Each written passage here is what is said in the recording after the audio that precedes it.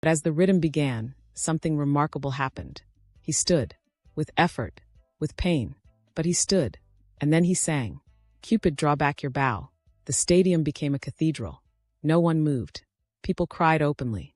Others held hands. For 4 minutes, the entire nation paused to remember. When the song ended, he whispered into the mic, "Me voice might leave me, but me love never will." He was helped back to his chair, but he smiled the entire way off stage. Backstage, artists lined up to thank him. Some kissed his hand. Some just stared, speechless. Naomi Cowan told him, "You gave us permission to sing soft in a loud time." Leroy nodded. "That's all me ever wanted." The next morning, headlines read, "Leroy Gibbon receives his roses, while still breathing. The Velvet Voice returns home." Kingston sings one last love song. He returned to Spanish Town exhausted but glowing. Marcia said he hadn't smiled so much in years. And in the days that followed, as he rested, as his body began its slow surrender, he felt peace. Because what he had feared most, being forgotten, had been proven false. He was remembered.